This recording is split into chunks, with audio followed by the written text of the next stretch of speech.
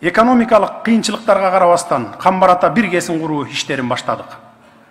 Кыргыз энергетикасынын келечектеги флагманы болгон Камбар Ата биргесинин курулушунун башталышы өлкөнүн энергетикалык көз карандысыздыгына жасалган чоң кадам. Кудай буйрса, аны да буйрган күнү толук бүтүрүп ишке беребиз. Ошону менен бирге бир нечелеген чакан кестердин курулуштарын баштадык. Айрымдары жакынкы мезгилде ишке кирүүнүн алдында турат.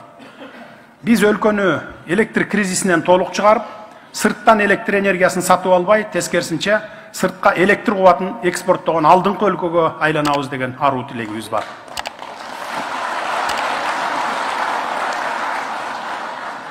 Камбар Ата биргеси биздин мамлекет үчүн өтө маанилүү стратегиялык долбоор.